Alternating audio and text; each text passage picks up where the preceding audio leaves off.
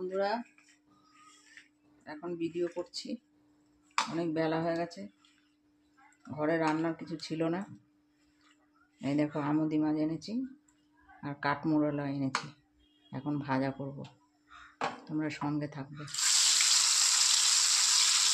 আমার তো বাজার করার কেউ নেই, হাজবেন্ড নেই, ছেলে নেই, কেউ নেই।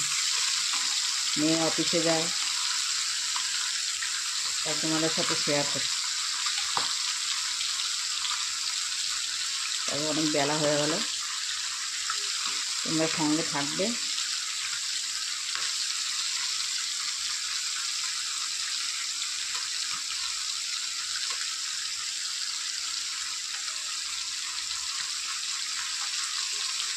মাছগুলো ভেজে নিই, চচ্চড়ি করব।